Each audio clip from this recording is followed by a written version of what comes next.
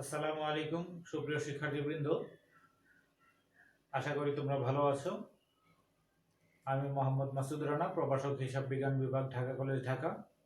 আমার অনলাইন ক্লাসে তোমাদেরকে স্বাগত জানাচ্ছি। তো আমরা গত কয়েক ক্লাস যাবত অ্যাকাউন্টিং ফর জয়েন্ট ভেঞ্চার পড়ে আসছি। তো তারই ধারাবাহিকতায় আজকেও আমরা এই চ্যাপ্টারেই অঙ্ক দেখব। তাহলে এর আগের ক্লাসগুলোতে, প্রথম ক্লাসে বিশেষ করে এই চ্যাপ্টারের প্রথম ক্লাসে আমরা বলেছিলাম জয়েন্ট ভেঞ্চার এর হিসাব কয়েকভাবে রাখা যায়। এর মধ্যে একটা ছিল যে পৃথক বা আলাদা হিসাব বই পদ্ধতি, অর্থাৎ সেপারেট বুক মেথড। 2 নম্বর ছিল no separate book method or existing books method. আর 3 নম্বর ছিল মেমোরেন্ডাম মেথড। তো গত দুইটি ক্লাসে আমরা যে অঙ্ক করিয়েছি সেখানে ছিল কিপিং সেপারেট বুকস, অর্থাৎ জয়েন্ট ভেঞ্চারের জন্য আলাদা যদি হিসাব বই মেনটেন করা হয় তাহলে কিভাবে হিসাব রাখবে সেই বিষয়গুলো আমরা দেখেছি। আজকে আমরা দেখব নো সেপারেট বুক, অর্থাৎ জয়েন্ট ভেঞ্চারের জন্য আলাদা পৃথকভাবে হিসাব রাখা হয় না। জয়েন্ট ভেঞ্চার যারা আছে অর্থাৎ উদ্যোক্তা, তারাই প্রত্যেকে আলাদা আলাদাভাবে হিসাব রাখে। তাহলে আমরা একটা অঙ্ক দেখি আজকে। Problem 8. Hridoy and Menon enter into a joint venture to buy and sell clothes. Hridoy was receive 5% interest on capital invested by him and Menon was to get salary of taka 5,000 per month. They were to share profit and losses equally. Hridoy invested taka 1,50,000 in the purchase of clothes as capital. Cost of sewing came to taka 40,000. The clothes were sold for taka 2,50,000. The proceed being received by Hridoy. The whole operation took 6 months. The accounts were settled in between them. Prepare ledger account in the books of both the parties. তাহলে এখানে হৃদয় এবং মেনন তারা দুইজন jointly clothes এর business করবে। হৃদয় 1,50,000 টাকা invest করছে এবং সে 5% ইন্টারেস্ট পাবে ক্যাপিটালের উপরে। অন্যদিকে মেনন সে কোনো ক্যাপিটাল ইনভেস্ট করে নেই, সে হয়তো শ্রম দিবে এবং এর বিপরীতে স্যালারি পাবে পার মান্থ 5,000, অর্থাৎ 6 মাসে 30,000। আর কস্ট হচ্ছে 1,50,000 টাকা সে পারচেজ করছে ক্লথস এবং আরও 40,000 টাকা সুইং অর্থাৎ সেলাই কাজে খরচ হয়েছে। অন্যদিকে বিক্রি করছে সে টোটাল 2,50,000 টাকা। কিন্তু তারা কিন্তু প্রফিট অ্যান্ড লস শেয়ার করবে ইকুয়ালি। আর আমার রিকোয়ারমেন্টস হচ্ছে prepare laser account in the books of both the parties, অর্থাৎ দুইজনের বইয়েই আমাদেরকে হিসাব রাখতে হবে, হৃদয়ের বই এবং মেননের বই। তার মানে তারা সেপারেট, বিজনেসের জন্য আলাদা সেপারেটলি হিসাব রাখে না, প্রত্যেকে আলাদা আলাদা হিসাব রাখে। আমরা অঙ্ক দেখলাম, এখানে ছিল হৃদয় এবং মোমেন, দুইজন ভেঞ্চার অর্থাৎ উদ্যোক্তা। তারা একটা ব্যবসা শুরু করেছে। এখানে হৃদয় সে ইনভেস্ট করেছে টাকা 1,50,000, এর কারণে সে ইন্টারেস্ট পাবে 5%। আর মেনন সে শ্রম দিবে, এর কারণে সে স্যালারি পাবে 5,000 পার মান্থ। আর এই ব্যবসা থেকে যে প্রফিট হবে সেই প্রফিটটা তারা সমানভাবে বন্টন করবে। তাহলে এখানে যে ইনফরমেশনগুলো দেওয়া আছে, আমাদের রিকোয়ারমেন্ট ছিল prepare accounts in the books of both the parties. তাহলে দুইজনের বইয়ে আমাদেরকে রেকর্ড করতে বলছে। তাহলে দুইজনের বই যেহেতু আলাদা আলাদাভাবে রেকর্ড করতে বলছে, তো সেখান থেকে আমরা বুঝলাম যে তারা পৃথক বই মেনটেন করে না, অর্থাৎ ব্যবসায়ের জন্য আলাদাভাবে বই মেনটেন করে না, প্রত্যেকে তার নিজের অ্যাকাউন্টসে রেকর্ড করে।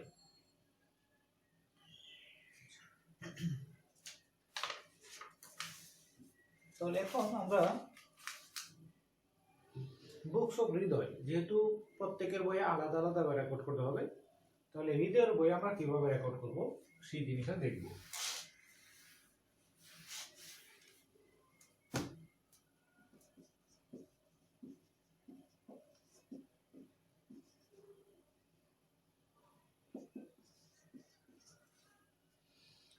বুকস অফ হৃদয়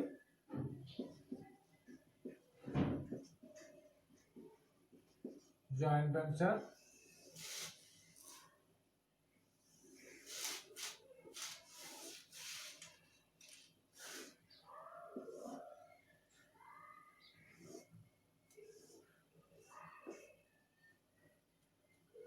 এখন আমরা যে আলাদা আলাদা ভাবে হিসাব রাখবো, সেখানে কি হিসাব রাখবো? এখানে প্রত্যেকের বইয়ে আমাদেরকে দুইটা করে অ্যাকাউন্ট তৈরি করতে হবে।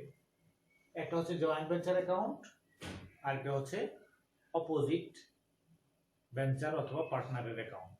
আমরা যখন বুকস অফ হৃদয় করবো, হৃদয়ের বইয়ে যখন হিসাব করব, তখন হৃদয় সে জয়েন্ট ভেঞ্চার নামে একটা অ্যাকাউন্ট ওপেন করবে এবং আরেকজন যে পার্টনার ম্যাননের নামে একটা হিসাব ওপেন করবে বা মেনটেন করবে। অন্যদিকে যখন আবার ম্যানন হিসাব করবে, তখন সে জয়েন্ট ভেঞ্চার নামে একটা হিসাব করবে আর হৃদয়ের নামে আরেকটা হিসাব করবে। তাহলে যেহেতু আমরা বুকস অফ হৃদয় অর্থাৎ হৃদয়ের বই হিসাব করতেছি, তাহলে একটা অ্যাকাউন্ট হচ্ছে জয়েন্ট ভেঞ্চার অ্যাকাউন্ট।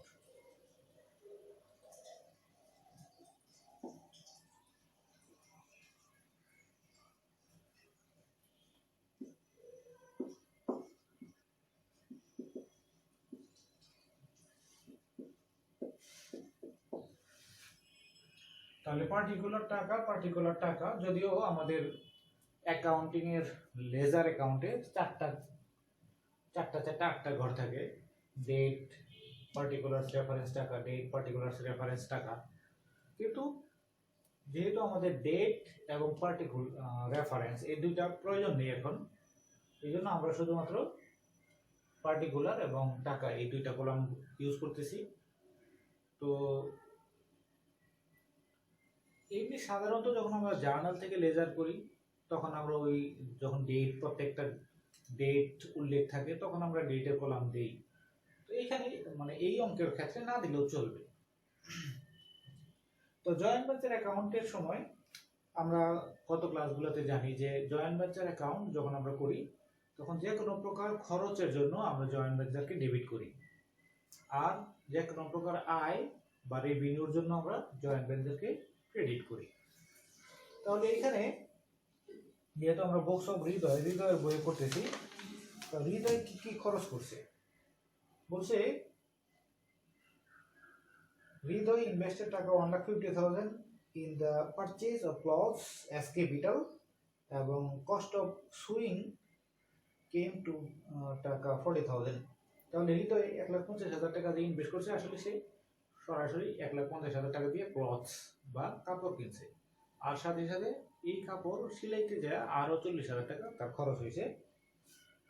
এর সাথে সাথে আচ্ছা, এরপর সে এগুলোকে 2,50,000 টাকায় বিক্রি করছে। আচ্ছা, তাহলে আমরা জয়েন্ট ভেঞ্চারে যখন হৃদয় হিসাব করবে, তখন 1,50,000 টাকার কাপড় কিনলো, এটার জন্য এটা তার একটা খরচ। কারণ আমরা জানি জয়েন্ট ভেঞ্চার অ্যাকাউন্ট এটা কিন্তু টেম্পোরারি অ্যাকাউন্ট, আমাদের এখানে বলাও আছে যে তার হোল এই ব্যবসার পিরিয়ডটা ছিল 6 মাস। তার মানে এখানে কোনো ক্যাপিটাল এক্সপেন্ডিচার নেই, আমাদের কোনো সম্পত্তি কিনা নাই, আমরা যা কিনবো সবই আমাদের খরচ।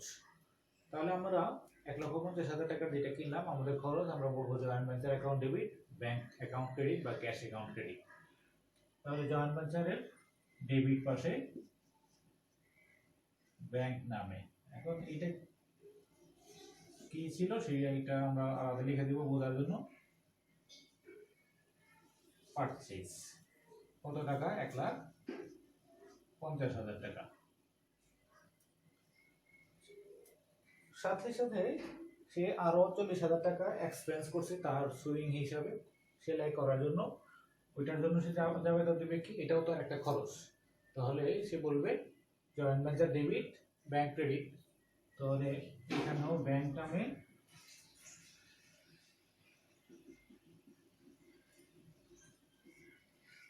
নামে আরো 40,000 টাকা ডেবিট করবে হৃদয়।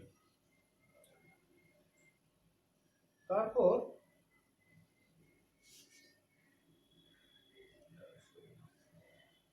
বলা আছে যে হৃদয় যে টাকা ইনভেস্ট করছে এটার উপরে সে 5% ইন্টারেস্ট পাবে।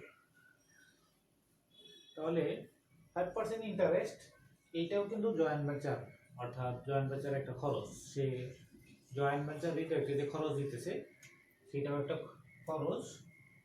তো এটা হৃদয়ের জন্য রেভিনিউ, কিন্তু জয়েন্ট ভেঞ্চারের দৃষ্টিকোণ থেকে সেটা একটা খরচ। তাহলে ইন্টারেস্ট রেভিনিউ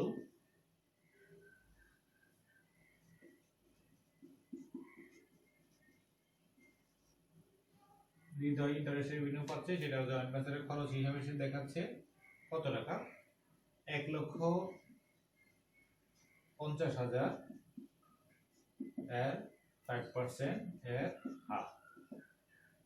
1,50,000 এর 5% কত হয়? 7,500। তো 7,500 এইটার আবার হাফ। কেন হাফ? 5% আমাকে বলা আছে 5% ইন্টারেস্ট হবে। আর এই হাফ হচ্ছে বিজনেসটা রান করছে কতদিন? রান করছে 6 মাস। তাহলে 1,50,000 ইন্টু 5%, এটা হলো 1 বছরের ইন্টারেস্ট। যেহেতু বিজনেসটা রান করছে 6 মাস, তাহলে সেই ইন্টারেস্ট পাবে 6 মাসের। তাহলে 7,500 এর অর্ধেক 3,750। আর 40,000 টাকা এর 5% ইন্টু হাফ। তাহলে 40,000 এর 5% 2,000, হাফ হলো 1,000। তাহলে টোটাল ইন্টারেস্ট হচ্ছে 4,750 টাকা। এইটা জয়েন্ট ভেঞ্চারের জন্য একটা খরচ। দেন ম্যাননকে স্যালারি, ম্যানন স্যালারি পাবে প্রতি মাসে 5,000 টাকা। তাহলে 6 মাসে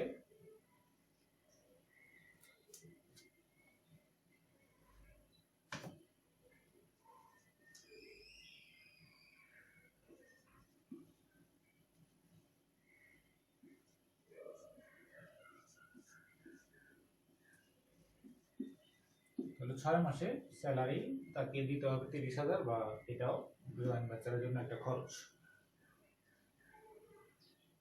তাহলে এই খরচগুলো আমার ইনকার্ড হয়েছে। 1,50,000 টাকা আমরা ম্যাটেরিয়াল কিনছি, 40,000 টাকার আরো সুইং খরচ হয়েছে, 4,750 টাকা ইন্টারেস্ট হিসাবে খরচ, আর 30,000 টাকা স্যালারি হিসাবে খরচ।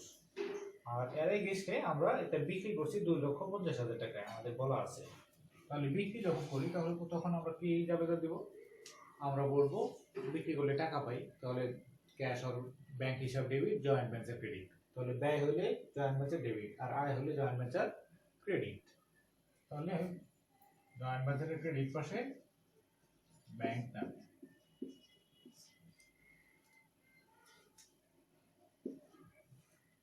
2,50,000 টাকা। তাহলে 2,50,000 টাকা আমার আয় করতে যায় খরচ হয়েছে এই আইটেমগুলো। তাহলে আমার প্রফিট কত?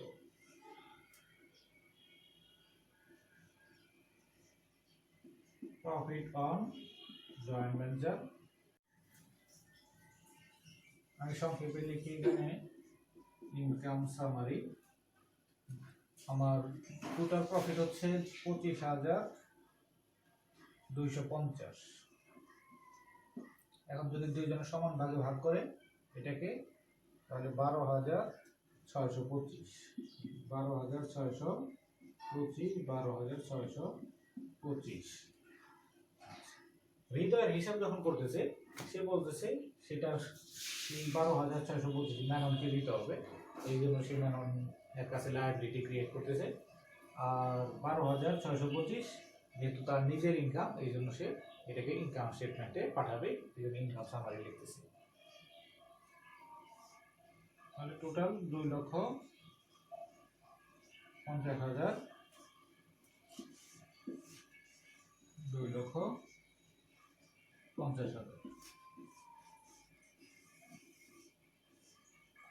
তাহলে বুকস অফ হৃদয়ে জয়েন্ট ভেঞ্চার অ্যাকাউন্ট করলো, যে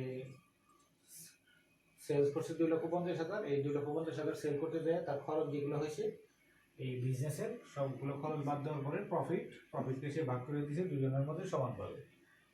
এখন সে ম্যানন হিসাব করবে, অর্থাৎ ম্যানন এই বিজনেস থেকে কত টাকা পাওনা।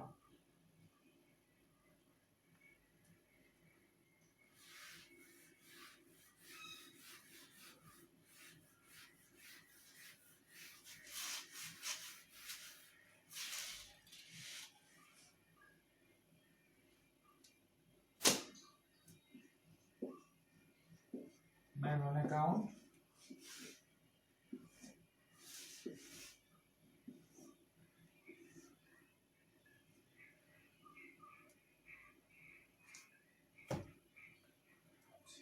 তো ম্যানন পাওনা হচ্ছে, এক নাম্বার হচ্ছে সে তার স্যালারি বাবদ 30,000 টাকা পাওনা।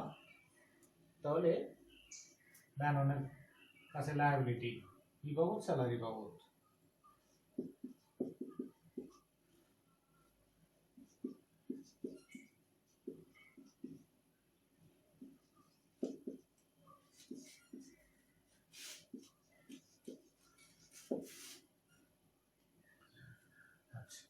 আমরা যখন জয়েন্ট ভেঞ্চার অ্যাকাউন্ট করছি, এই স্যালারির জন্য কি জার্নাল দিয়েছিলাম?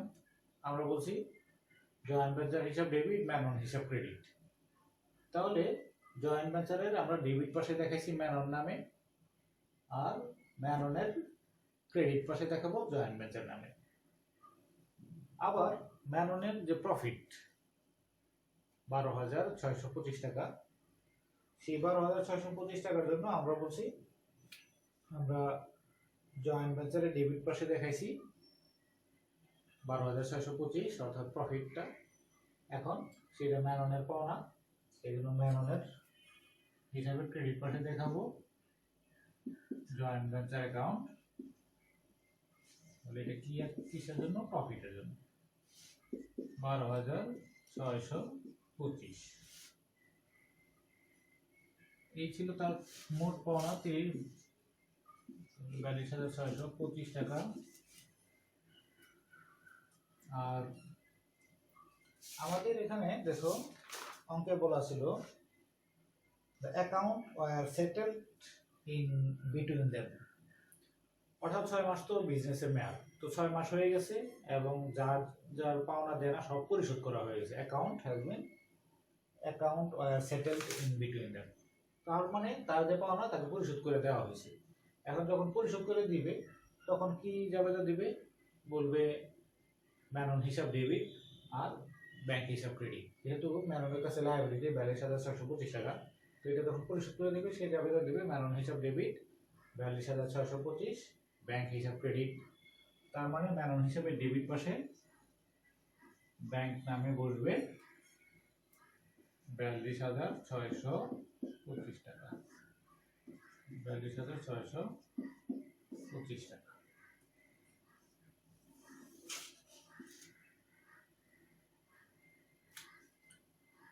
তাহলে আমরা বুকস অফ হৃদয়, সে জয়েন্ট ভেঞ্চার হিসাব করবে, কত টাকা লাভ লোকসান সেটা বের করবে, দুজনের মতো বন্টন করে দেবে।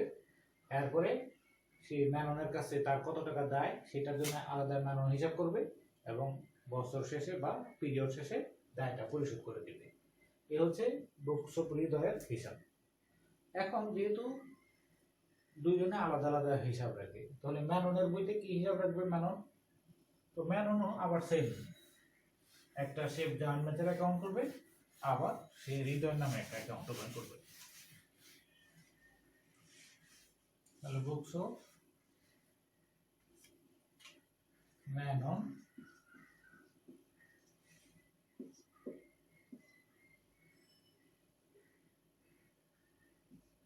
জয়েন্ট ভেঞ্চার অ্যাকাউন্ট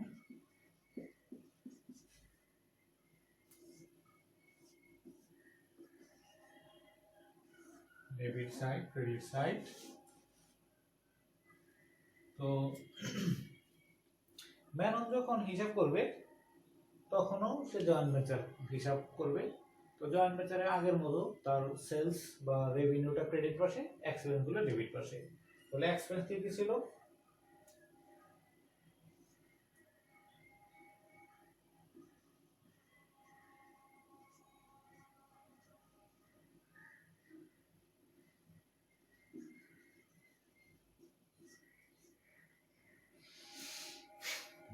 দেখো হৃদয় এই জয়েন্ট ভেঞ্চার অ্যাকাউন্টে যত খরচ, সব খরচ কিন্তু হৃদয় করছে, ম্যানন কিন্তু কোনো খরচ করেনি।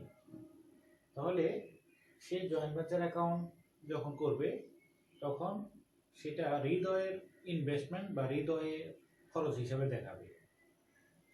তাহলে সে বলবে জয়েন্ট ভেঞ্চার ডেবিট আর হৃদয় হিসাব ক্রেডিট, কারণ সে নিজে কিন্তু খরচ করেনি। নিজে যদি খরচ করতো তখন ব্যাংক হিসাব ক্রেডিট করতো, তখন সে এখানে ব্যাংক হিসাব নামে টাকা লিখতো। যেহেতু নিজে খরচ করেনি, সে বলবে জয়েন্ট ভেঞ্চার ডেবিট, হৃদয় হিসাব ক্রেডিট, কারণ হৃদয় খরচ করছে, হৃদয়ের কাছে সে দায় করতো। জয়েন্ট ভেঞ্চার ডেবিট, হৃদয় হিসাব ক্রেডিট হচ্ছে 1,50,000 টাকা। আবার হৃদয় আরো 40,000 টাকা খরচ করছে, তখন বলবে এটা যে জয়েন্ট ভেঞ্চারের জন্য খরচ করতে, তো জয়েন্ট ভেঞ্চার এর খরচ, তো জয়েন্ট ভেঞ্চার হিসাব ডেবিট, খরচটা কে করছে? হৃদয় করছে, তাহলে হৃদয় হিসাব ক্রেডিট।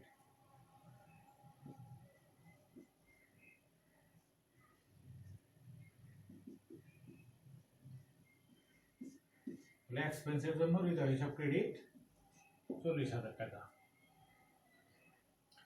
এরপর হৃদয় ইন্টারেস্টের সুদ পাবে, তাহলে সেটার জন্য জয়েন্ট ভেঞ্চার ডেবিট, হৃদয় ক্রেডিট, কারণ হৃদয়কে ইন্টারেস্টের সুদ দিতে হবে।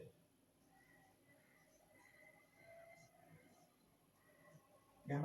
ইন্টারেস্ট 4,750 টাকা। আর এদিকে খরচ, এদিকে আমাদের সেলস, এখন সেল করছে কি? আমাদের বলা আছে the clothes are sold for টাকা 2,50,000, the proceeds being received by হৃদয়। এই যে 2,50,000 টাকা বিক্রি করছে, বিক্রি করে যে টাকাটা রিসিভ করছে কি? হৃদয় রিসিভ করছে। তাহলে তখন ম্যানন কিভাবে দেবে? যে জয়েন্ট ভেঞ্চার অ্যাকাউন্টকে ক্রেডিট করবে আর হৃদয় হিসেবে ডেবিট করবে। অর্থাৎ হৃদয় এই যে 2,50,000 টাকা জয়েন্ট ভেঞ্চারের টাকা হৃদয় রিসিভ করলো, তো জয়েন্ট ভেঞ্চারের সেখান থেকে সে বলবে হৃদয় হিসাব ডেবিট 2,50,000 আর জয়েন্ট ভেঞ্চার ক্রেডিট, অর্থাৎ জয়েন্ট ভেঞ্চারের আয়, আর এটা এখন পাওনা কার কাছে? হৃদয়ের কাছে। তাহলে জয়েন্ট ভেঞ্চার ক্রেডিট পাশে আমরা লিখতেছি হৃদয় নামে।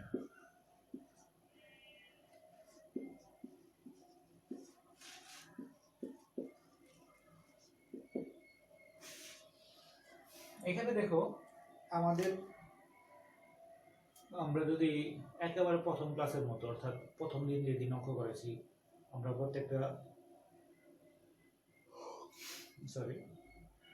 প্রত্যেকটা জাবেদা যদি আগে করতাম, তারপরে আমরা লেজারে ট্রান্সফার করতাম, তাহলে তোমাদের জন্য হয়তো ইজি হতো। কিন্তু এই জয়েন্ট ভেঞ্চারে সাধারণত জার্নাল সহ আসে না, শুধু লেজারই চাই, এই জন্য আমাদের লেজার করতে হবে। কিন্তু লেজার করবো থেকে আমাদের জার্নাল থেকে করতে হবে। তাহলে কোনটার জন্য কি জার্নাল হইতো, এবং সেই জার্নালটা সরাসরি আমরা লেজারে পোস্টিং দিয়ে দেব। তাহলে হৃদয় যখন বিক্রি করে টাকা নিল, তো ম্যানন কি বলবে? ম্যানন বলবে হৃদয় হিসাব ডেবিট, কারণ হৃদয় জয়েন্ট ভেঞ্চারে 2,50,000 টাকা তার কাছে, হৃদয় হিসাব ডেবিট 2,50,000 আর জয়েন্ট ভেঞ্চার ক্রেডিট 2,50,000। তাহলে জয়েন্ট ভেঞ্চারের ক্রেডিট পাশে হৃদয় নামে আমরা পোস্টিং দিব। তাহলে 2,50,000 টাকা হচ্ছে সেল জয়েন্ট ভেঞ্চারের, আর জয়েন্ট ভেঞ্চারের এক্সপেন্স হচ্ছে এই টাকা। সরি, আবার কি আছে? স্যালারি। হৃদয় যখনই করবে তখন স্যালারি রেভিনিউ, অর্থাৎ জয়েন্ট ভেঞ্চারের এটা খরচ, কিন্তু হৃদয়ের জন্য, ম্যাননের জন্য এটা রেভিনিউ। তাহলে 30,000 টাকা। তাহলে এই খরচ, তাহলে প্রফিট কত? হৃদয়ের সময় যেই প্রফিট হয়েছে ম্যাননের সময় একই প্রফিট হবে, 25,250 টাকা।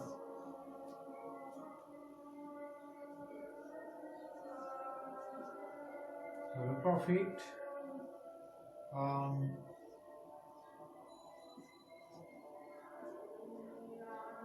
Joint venture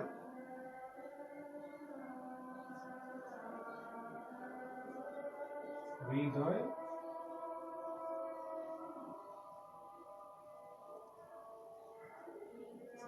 income summary.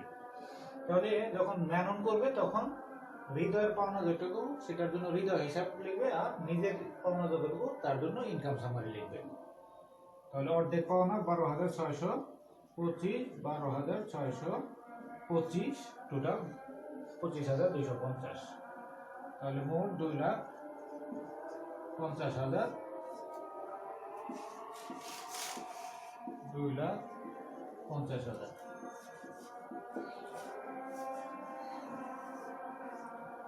এই হলো বুকস অফ ম্যানন, এখানে জয়েন্ট ভেঞ্চার অ্যাকাউন্ট।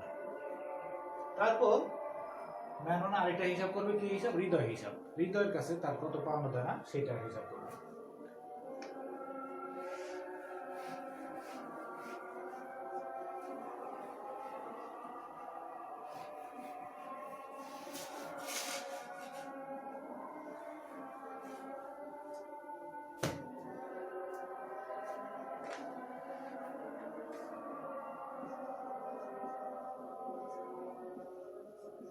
হৃদয় অ্যাকাউন্ট।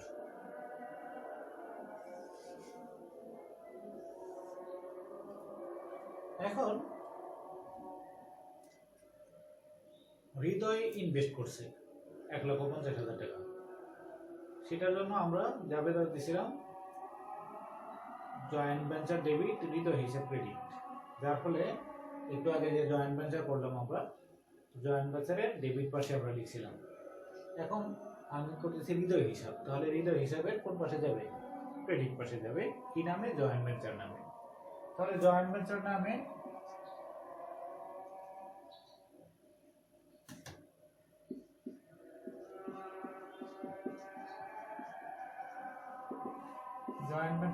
আমরা এখানে হৃদয় হিসাব যেগুলো লিখলাম সবগুলোর জন্য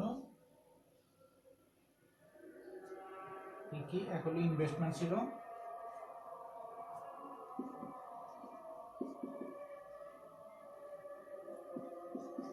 ইনভেস্টমেন্ট ছিল 1,50,000 টাকা জয়েন্ট ভেঞ্চারের ওখানে। তারপরে এক্সপেন্স ছিল 40,000 টাকা। তারপর ইন্টারেস্ট এক্সপেন্স ছিল 4,750 টাকা। আর তার প্রফিটের অংশ ছিল 12,625 টাকা। 12,625 টাকা। তাহলে হৃদয়ের কাছে মোট দেনা হচ্ছে এই পরিমাণ, হৃদয়কে দিতে হবে। তাহলে মোট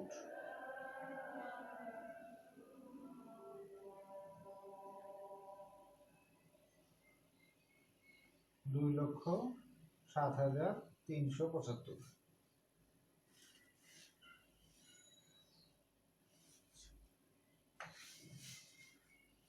এইগুলো ইনার কলামে লিখতে হবে। 1,50,000, 40, 4,750, 12,625। মোট হচ্ছে 2,07,375 টাকা। আচ্ছা, তাহলে যখন ম্যানন হৃদয় নামে অ্যাকাউন্ট ওপেন করবে তখন বলবে হৃদয় এই টাকা পাও না। এখন হৃদয়ের কাছে ম্যানন আবার কত টাকা পাও না?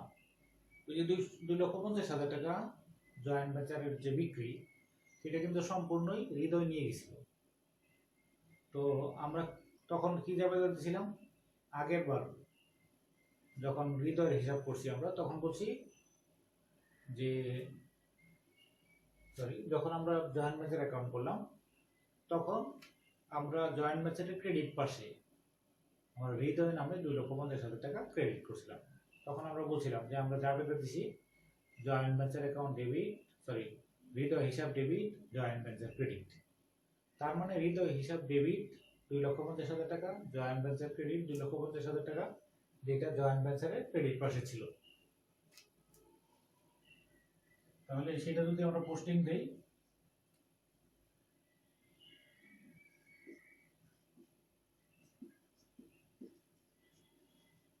তাহলে জয়েন্ট ভেঞ্চার 2,50,000 টাকা। আমি জয়েন্ট ভেঞ্চার অ্যাকাউন্ট এখানে মুছে ফেলছি।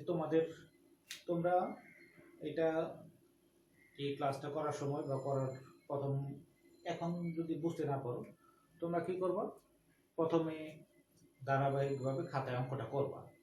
যখন তোমার সামনে জয়েন্ট ভেঞ্চার অ্যাকাউন্টটা থাকবে তখন জয়েন্ট ভেঞ্চার অ্যাকাউন্ট থেকে এই হৃদয় অ্যাকাউন্ট করা কিন্তু সহজ হবে। কারণ এই যে হৃদয় অ্যাকাউন্টের ক্রেডিট পাশে যে আইটেমগুলো সবগুলো জয়েন্ট ভেঞ্চারের ডেবিট পাশে ছিল। আবার এই হৃদয় অ্যাকাউন্টের ক্রেডিট ডেবিট পাশে যে আইটেমটা এটা জয়েন্ট ভেঞ্চারের ক্রেডিট পাশে ছিল। তাহলে জয়েন্ট ভেঞ্চারের ক্রেডিট পাশেটা হৃদয়ের অ্যাকাউন্টের ডেবিট পাশে, আর জয়েন্ট ভেঞ্চারের ডেবিট পাশে হৃদয়ের হিসাবে সবগুলা হৃদয় অ্যাকাউন্টের ক্রেডিট পাশে চলে আসছে। তাহলে হৃদয়ের কাছে আমরা পাবো না 2,50,000 টাকা, কারণ সব টাকা জয়েন্ট ভেঞ্চারের সব টাকা সে নিছে। আর সে আমাদের কাছে পাও না 2,07,375 টাকা। তাহলে আমরা আসলে তার কাছ থেকে এখন বাকি টাকা অর্থাৎ 2,42,325 টাকা আমরা তার কাছ থেকে নিয়ে আসবো। 42,625 টাকা।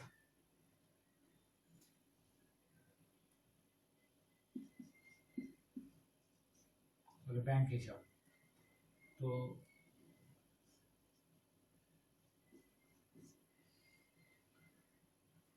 এখন তার কাছ থেকে যে আমরা বাকি টাকা নিয়ে আসবো সেটার জন্য কি জাবেদা দিব, আমরা বলবো ব্যাংক হিসাব ডেবিট, হৃদয় হিসাব ক্রেডিট। কারণ হৃদয়ের কাছে আমার পাওনা, তো যখন পাওনা পেয়ে যাব তখন আমি বলবো ব্যাংক হিসাব ডেবিট, আর হৃদয়ের পাওনাটাকে কমাই দেবো, হৃদয় হিসাব ক্রেডিট করে দেবো। 42,625 মোট 2,50,000।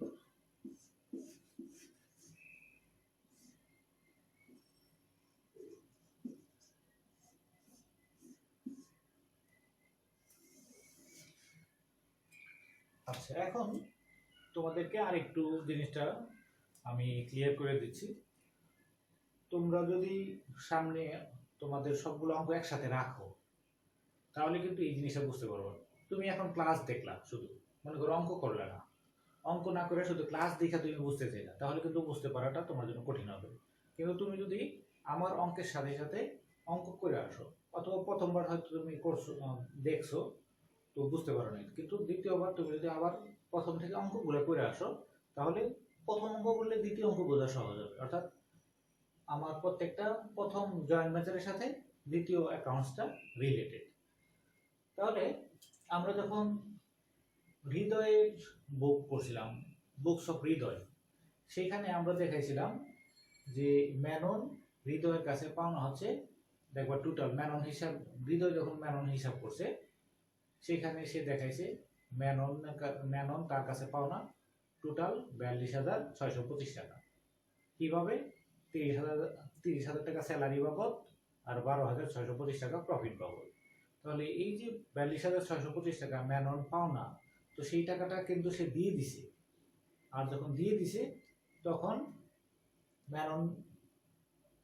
ম্যানন কি বলবে, যখন সেই হৃদয় টাকাটা দিয়ে দিল তখন ম্যানন বলবে ব্যাংক হিসাব ডেবিট, হৃদয় হিসাব ক্রেডিট। এই যে ব্যাংক হিসাব ডেবিট, হৃদয় হিসাব ক্রেডিট, তার মানে হৃদয় হিসাবে ক্রেডিট পাশে 42,625 টাকা ব্যাংক নামে। তাহলে এই 42,625 টাকা কিন্তু আমরা যখন ম্যানন হিসাব করছি অর্থাৎ হৃদয়ের বইয়ে, তখন সেটা ব্যালেন্স ছিল 42,625। তখন আমরা কিন্তু বলেছি যে হৃদয় কিন্তু টাকাটা পরিশোধ করে দিছি। তো এই একই অ্যাকাউন্ট, এই 42,625 হৃদয়ের বক্সে আমরা ইনপুট দিছি, আবার ম্যাননের বইয়েও ইনপুট দিছি। যখন হৃদয়ের বইয়ে ইনপুট দিছি তখন আমরা বলছি যে ম্যানন হিসাব ডেবিট আর ব্যাংক ক্রেডিট এই যাবে দেখ হিসাবে। আর যখন হৃদয়ের ম্যাননের বইয়ে হিসাব করতেছি তখন আমরা বলতেছি ব্যাংক হিসাব ডেবিট, হৃদয় হিসাব ক্রেডিট এই যাবে দেখ হিসাবে। তাহলে তোমরা অঙ্কটা প্রথম থেকে পড়বা, পড়ার সাথে সাথে আমার কথাকে মিলাবা। আর যদি সবগুলো অঙ্ক একসাথে আমার হাতের সামনে থাকতো, অর্থাৎ এখানে থাকতো, তাহলে কোন এই জিনিসগুলো তোমাদেরকে বোঝানো আরো সহজ হতো। তো তোমরা যখন বইয়ে দেখবা কোথায় কোথায় ইনপুট দেওয়া হয়েছে, কোথেকে আনা হইতেছে, তাহলে বুঝবা। আর যদি না তোমার বই না থাকে তাহলে তুমি আমার এই অঙ্কেরগুলো খাতায় করবা, খাতায় করার পরে তুমি মিলাবা কোথেকে কোনটা আসলো, তাহলে বুঝতে পারা সহজ হবে। তাহলে আজকে এই পর্যন্তই, নেক্সট ক্লাসে আবার দেখা হবে। তোমরা নিয়মিত পড়াশোনা করবা এবং নিজের স্বাস্থ্যের প্রতি যত্ন নেবা, আর আমার জন্য দোয়া করবা। আসসালামু আলাইকুম ওয়া রাহমাতুল্লাহ।